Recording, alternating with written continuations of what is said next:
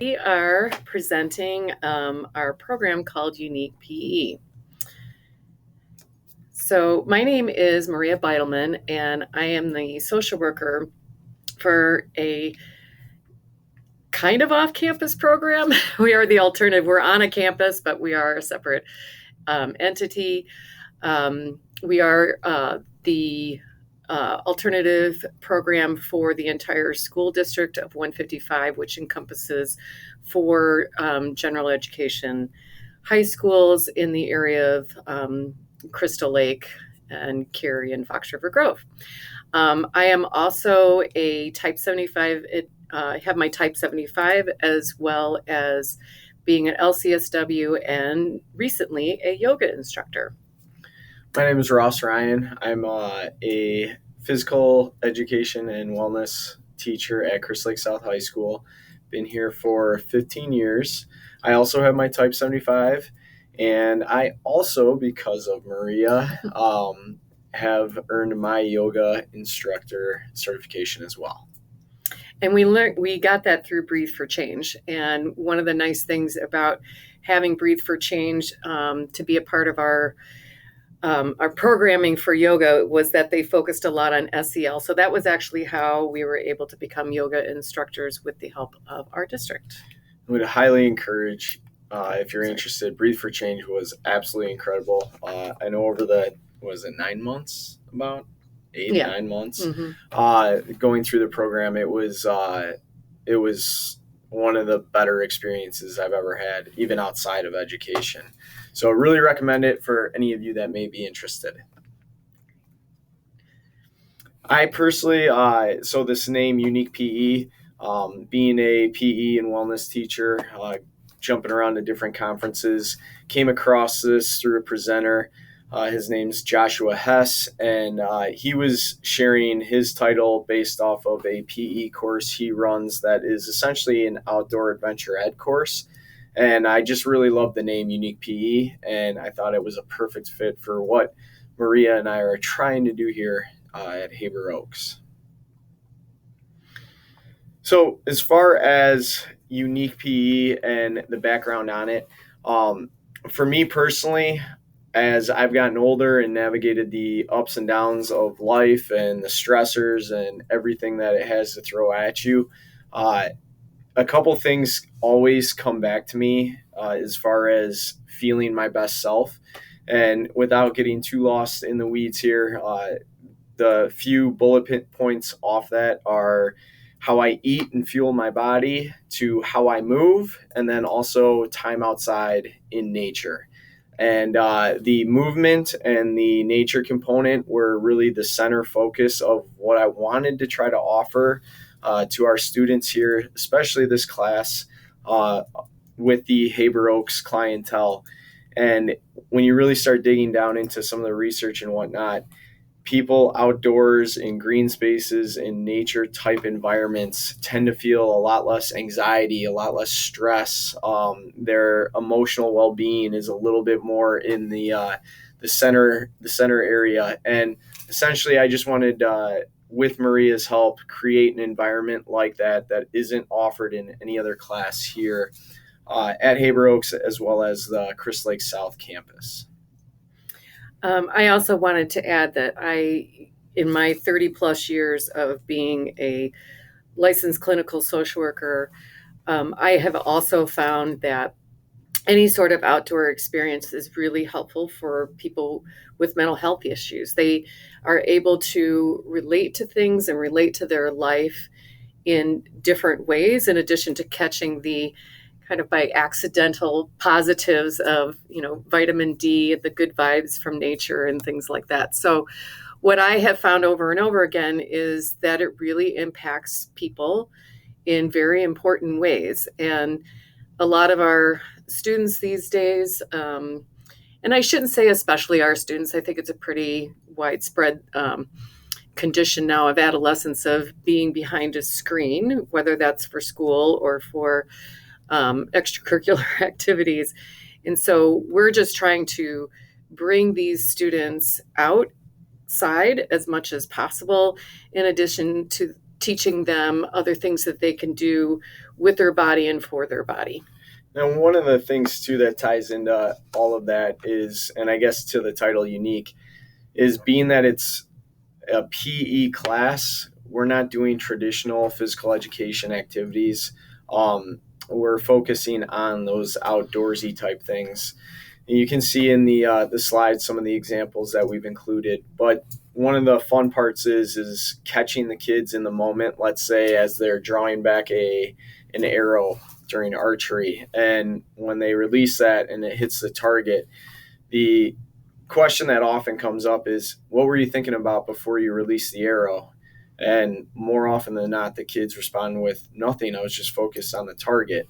So like showing them the idea of being mindful and present in a moment, even though they're actually doing something, that gives them that time out from all the stress they may be encountering in their daily life. And additionally, I think we're going to just keep playing off of each other about some of these things. But one of the other things that we keep hearing from our presentation, whether it be from staff members here in the district or when we presented last month, is everybody can identify with the person that doesn't like PE. And a lot of our kids are not your typical, again, but it doesn't even have to be because I'm with a particular different program. But there's a lot of those kids that really struggle with traditional PE.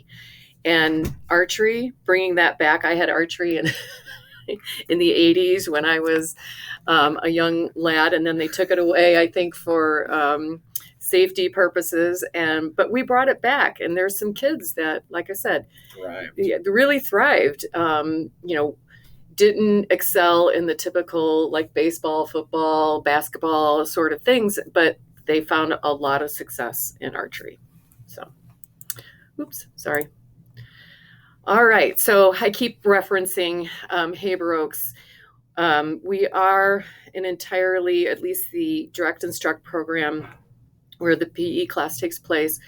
We are an IEP program, so all of our students have an IEP, and the common thread for the most part is that they have an emotional disorder.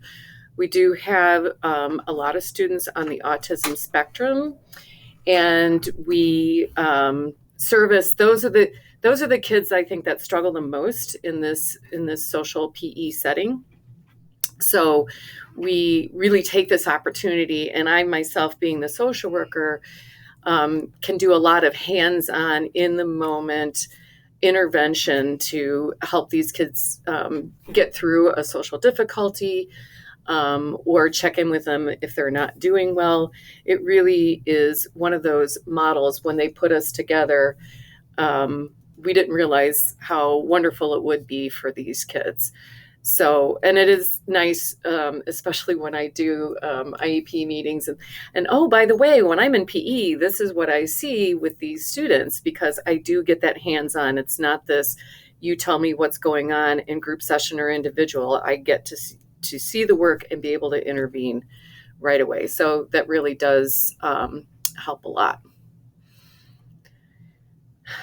So some of our main overarching focus here is to build confidence with these teenagers, try to increase their self-esteem, and then for sure get them working together in cooperative ways, and doing this all through physical movement and more often than not out in nature in some capacity. As most of us can adhere to in some regard, life is just a series of ups and downs, and the focus of some of these lessons and activities is how we deal with that adversity, the setbacks, the failures, and make it more of a learning lesson rather than a failure, I can't move on lesson. It's creating the resilience that they're going to need moving forward in their lives. It's healthy problem solving and even developing leadership skills, which one component we added to the class this year was asking 2 seniors who have been in the class for an extended period of time now to take more of a leadership role. And we're still working on that, but I think more often than not, they've done a pretty darn good job. So those are our main overarching, I guess, focal points for this course. And I'd like to add that, again, with the leadership component to it, again, this being new this year, it really did elevate these two students to maybe to allow them to be something or do something they wouldn't have normally been able to do either in the general education setting or here in the alternative setting, that they were actually able to take on a leadership role and offering them what a nice little resume builder that they could put on there that they were, PE leaders. So we're trying to offer lots of different things that are across the SEL spectrum for all of our students here at Haber. So speaking of the SEL spectrum, I think we've already kind of alluded to, but just if you're not familiar or not aware, these are the competencies that we have adopted here in the state of Illinois for social emotional learning.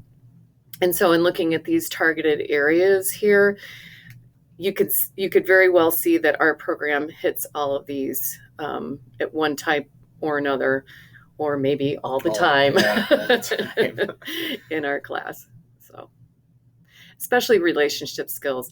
I can't tell you how often, how many opportunities that we have, whether it be in relationship with us or relationship with each other.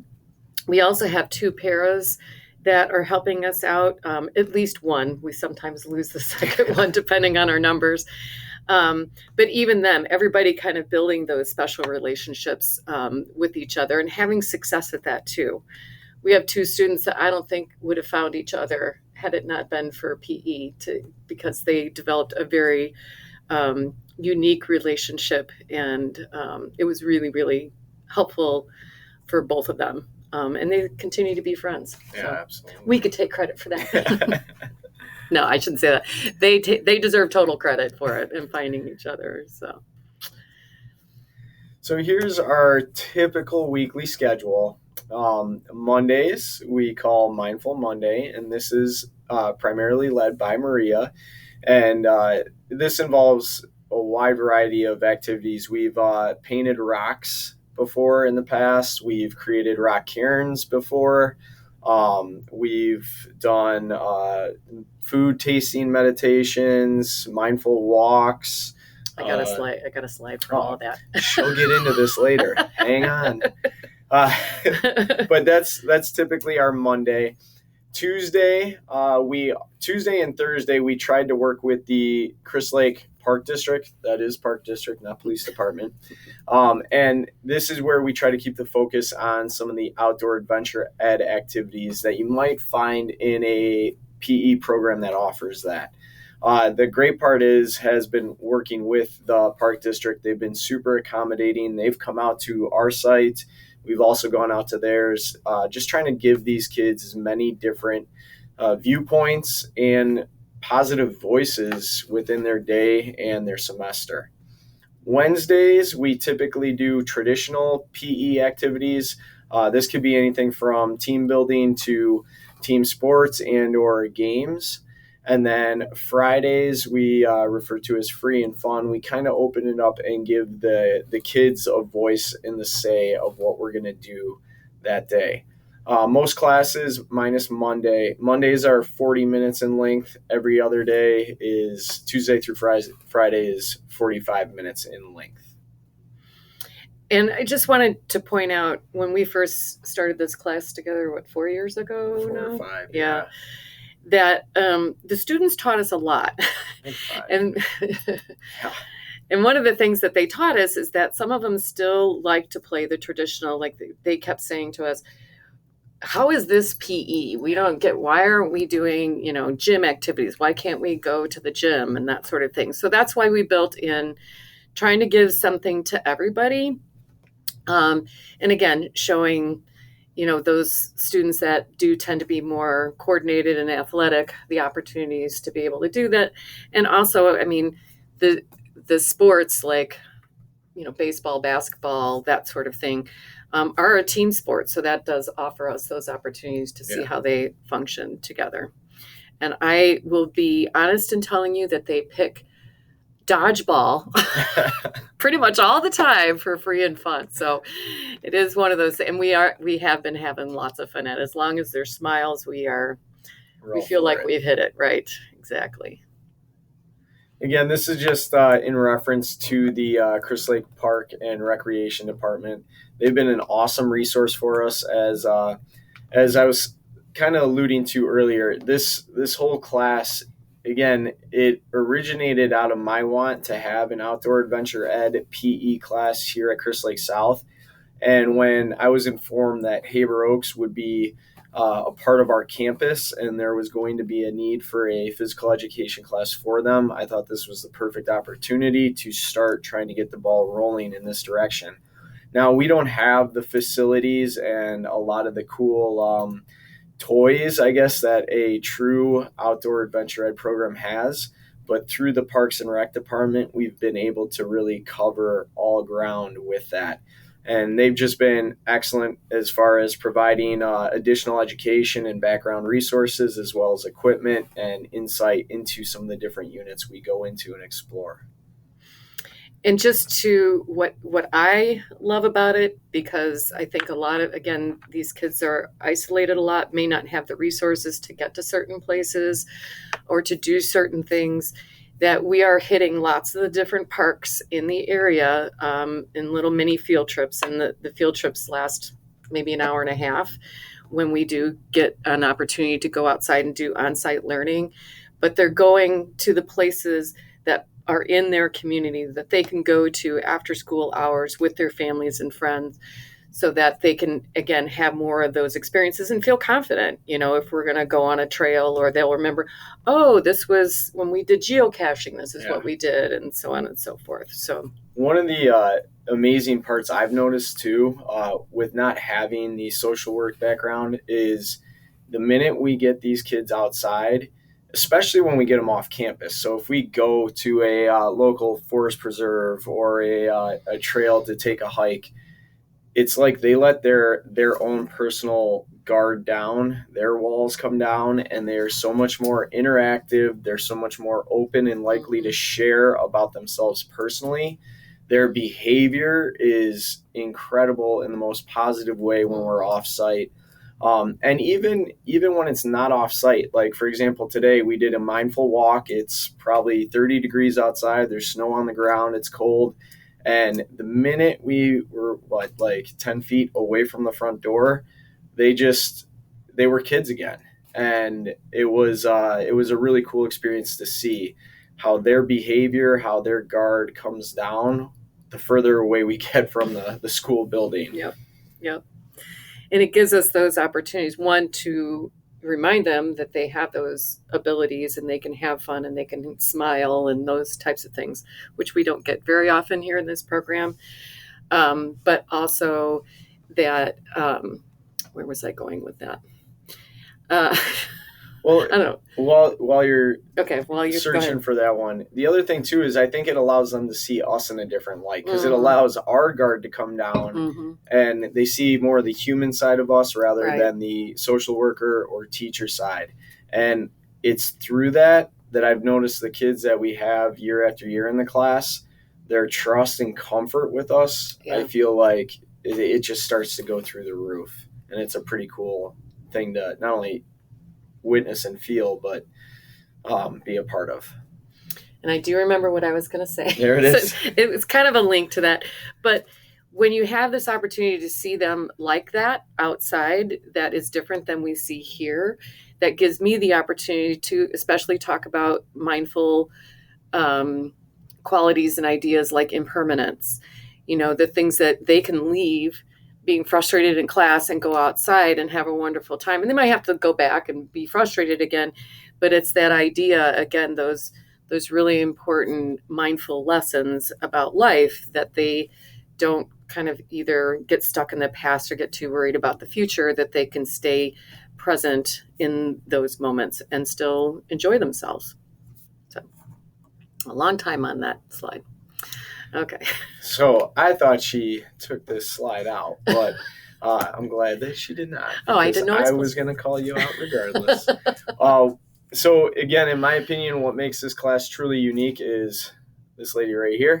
Uh, Again, she's, in my opinion, the glue that keeps everything together. And I think I don't know the accuracy of this, but I can't imagine there's too many schools in the state of Illinois, let alone in the country, that have this partnership with a certified social worker and therapist working alongside the teacher in trying to create this safe, healthy environment for kids to test their boundaries and step out of their comfort zone. So, in my opinion, what's truly unique about this course is Maria being in it.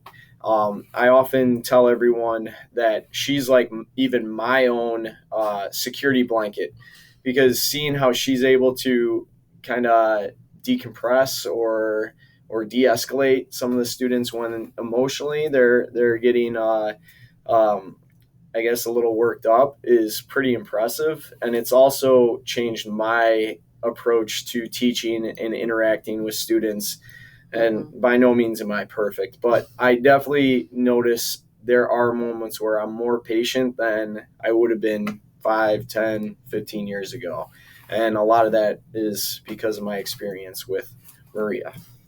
Well, thank you. And I think this is why we wanted to bring this show on the road, basically, because we wanted to talk about how useful it's been with our students and what a wonderful experience it's been for us. But it's a really valuable partnership that we have along with the Parks District and along with, our special education programs. Maybe more can do this. Yeah. It's one period a day that I give up to do this, which is actually my saving grace too. But yeah, it really is wonderful that we're being allowed to do this together. Yeah. Okay, sorry. Mindful Mondays. So that's what this conference is all about, is incorporating mindfulness into schools.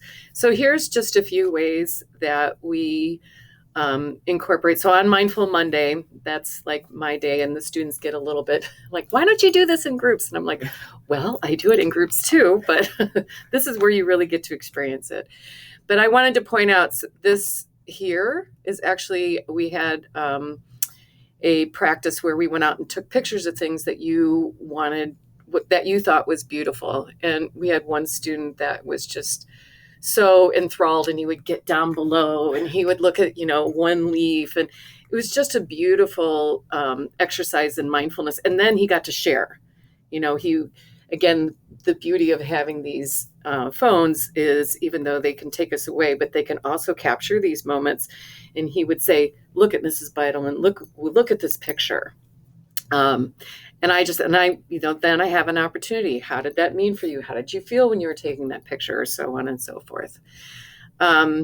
This here is just a picture of our mindful walks.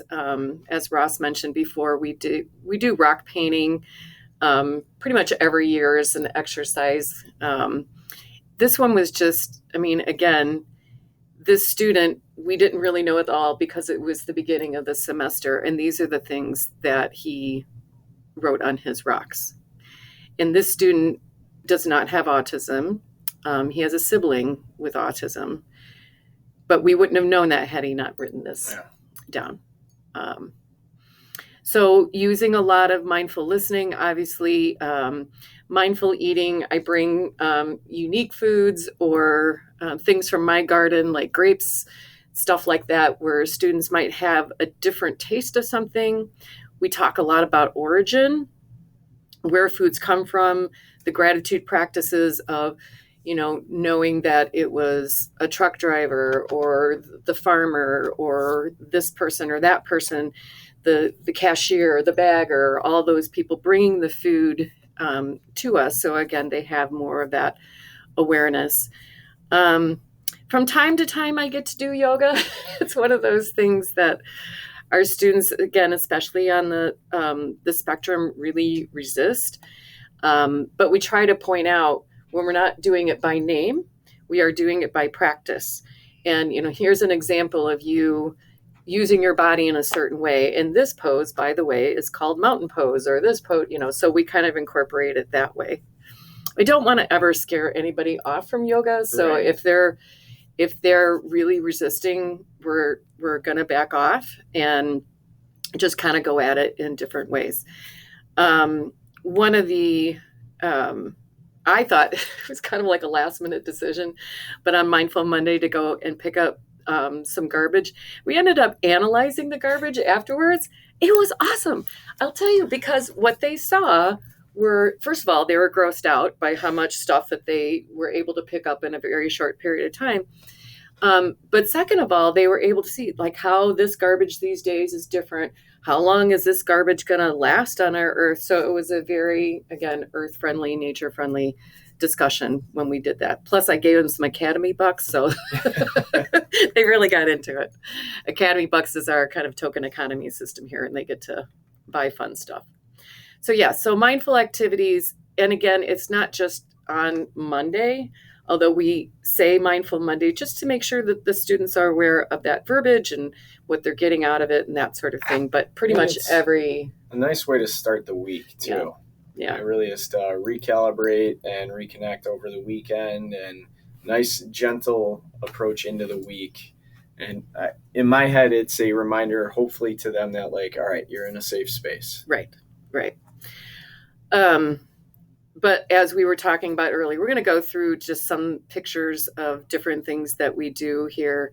But again, all of these would be considered some sort of mindful activity. They have to really be in the present moment.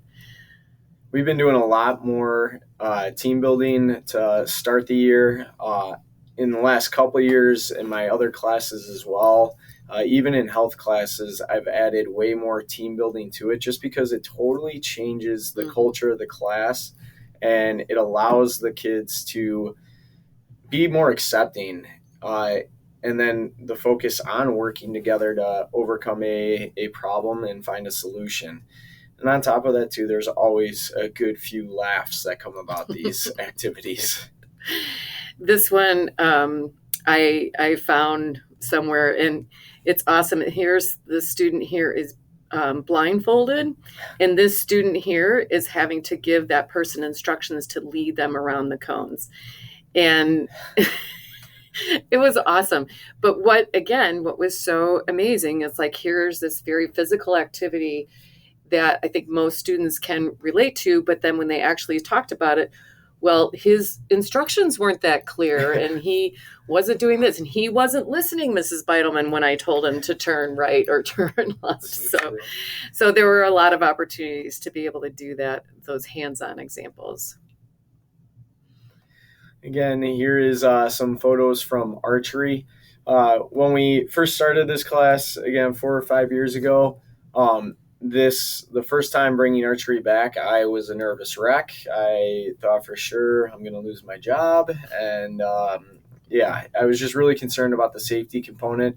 And the kids, they just blew my mind. They were incredible, and they enjoyed every second of it, to the point where last year during that in the heat of the COVID year, I was able to write an application for a grant, and we were set up with some really nice compound bows, some arrows, a certification course, and it really took our ability to teach this unit to a different level.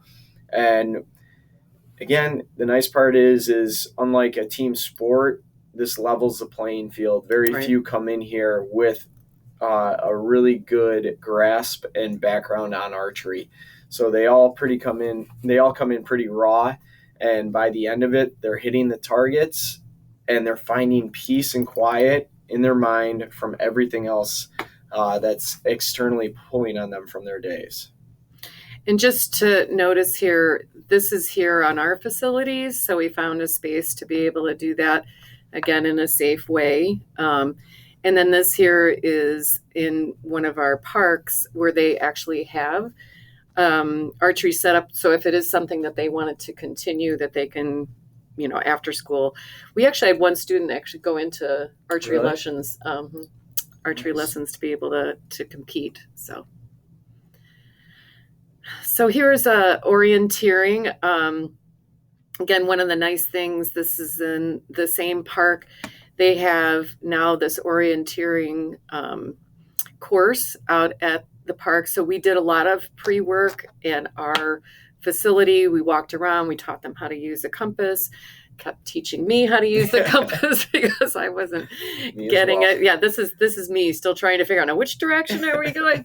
But again, look at all the engagement here. I mean, this, even though they're looking down at some fish and things like that, that's the opportunity that we're looking for. They're all together, they're noticing things right here, they're reading together where they're supposed to go, looking at maps. It's just wonderful. We've had quite a few different hike trips. We'll do fall hiking, we'll even do snow winter hiking, and the park district has been awesome with this. On the left, you can see the kids on one outing we made walking sticks, which they were absolutely like, they were just so dialed in that moment. And you can see some of the trails that we've come across along the way. On top of that, too, it's remarkable how many kids haven't seen wildlife that I think a lot of us probably take for granted. In this bottom center photo, I think on that day we saw something like 5 to 8 deer, and it was, the kids were just in awe, mesmerized. And some of us are like, oh, it's a deer, like, okay, but they haven't had that experience, and it was really cool to see and witness that through their eyes. I was just gonna move. Can I move it? Oh, never mind. All right, I was gonna try to move the picture, but I can't. So here we are geocaching, and again, here's the wildlife that they saw. This young man is, you have to take a picture, Mrs. Beidelman, and send it to me. I don't have my phone. So they're, again, truly excited about these. And then these were kind of treasure hunt adventures too. And some of them would get really frustrated. Again, it was one of those things where like this, it says it's supposed to be right here. It's night where we have to keep looking. What are the clues? Those types of things. So it really helped to, again, hands-on frustration tolerance exercises in the moment. But again, loving, and you could take your McDonald's with you. Yeah, absolutely. Fishing's another one that we've introduced to the kids, and this has also been a really fun unit. And we start day one on safety, like the danger and potential issues with hooks and how to tie a hook to a line and do so properly. We do casting competitions. And we probably have, I don't know, 4 to 6 like pre-lessons that lead up to us actually going out to a pond or a lake to actually live fish. And I think for the most part, every student at some point has caught at least one fish. At least, yeah. And it's always, again, remarkable to see the joy and excitement, even when they try to hide it, like that they're not excited about what's going on.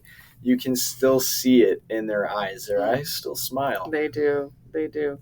And I just want to point out, look at this beautiful social distancing right here. All right. So one of the things that we're saying to both of the conferences that we're presenting to is that we don't really have data to say that this is good or bad. We really just have the anecdote, the stories, what we feel in our hearts, which I know we're all, as mindful practitioners, we know how important that message is, the message that comes from our heart.